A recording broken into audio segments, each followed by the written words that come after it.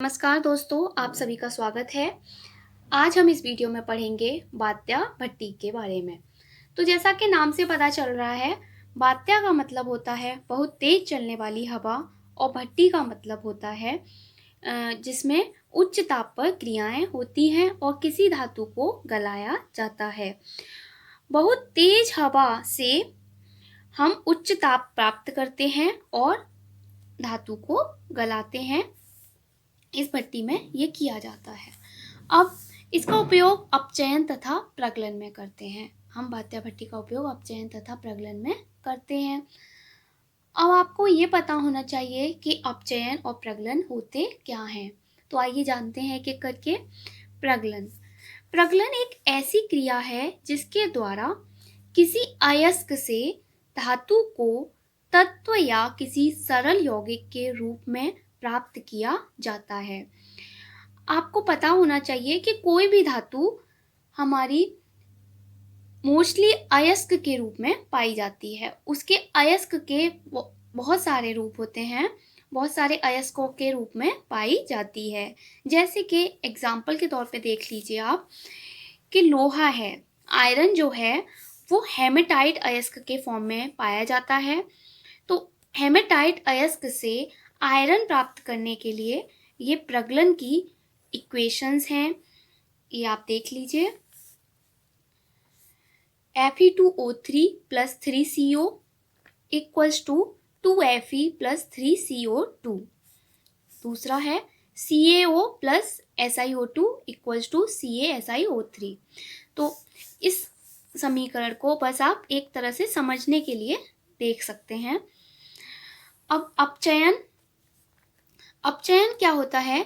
जिसमें हाइड्रोजन या किसी अन्य विद्युत धनात्मक तत्व का संयोग हो या फिर ऑक्सीजन अथवा विद्युत ऋणात्मक संयोजकता में वृद्धि होती है। तो आई होप आपको समझ में आ गया होगा प्रगलन क्या होता है और अपचयन क्या होता है। अब हम जानेंगे, एक नया टर्म आएगा इसमें, गालक। तो गालक क्या होता है? वह पदार्थ जो अयस्क में उपस्थित अगलनीय अशुद्धियों के साथ उच्च ताप पर क्रिया करता है और परिणाम स्वरूप गलनीय धातुमल बनाता है। यह धातुमल इतना हल्का होता है, इसलिए यह धातुमल गलित धातु पर तैरता रहता है। तो ये आपको गालक जो क्या करता है, अयस्क होता है, उसके साथ कुछ अशुद्धियाँ भी होती हैं, उनके साथ उच्च ताप पर क्रिया करता है और एक धातुमल बनाता है। ये धातुमल का घनत्व तो इतना कम होता है कि ये ऊपर तैरता रहता है गलित धातु पर। तो यहाँ तक आपको क्लियर होना चाहिए। अब हम जानेंगे कि जो बात्या भट्टी है उसका आकार क्या होता है। तो देखिए, बात्या भट्टी दोनों तरीके की पाई जाती है, छोटी भी और बड़ी भी। अलग अलग धातु के निष्कर्षण में हम अलग अलग बात्या भट्टी यूज करते हैं। तो छोटी बात्या भट्टी की ऊंचाई होती है 6 से 8 मीटर और व्यास होता है इसका 1 से 2 मीटर चौड़ी होती है और इसका उपयोग हम करते हैं कॉपर के निष्कर्षण में। अब हम देखेंगे बड़ी बात्या भट्टी। ये होती है 50 से 60 मीटर ऊंची और चौड़ाई होती है इसकी 14 मीटर और इसका उपयोग हम करते हैं आयरन और लेड के निष्कर्षण में।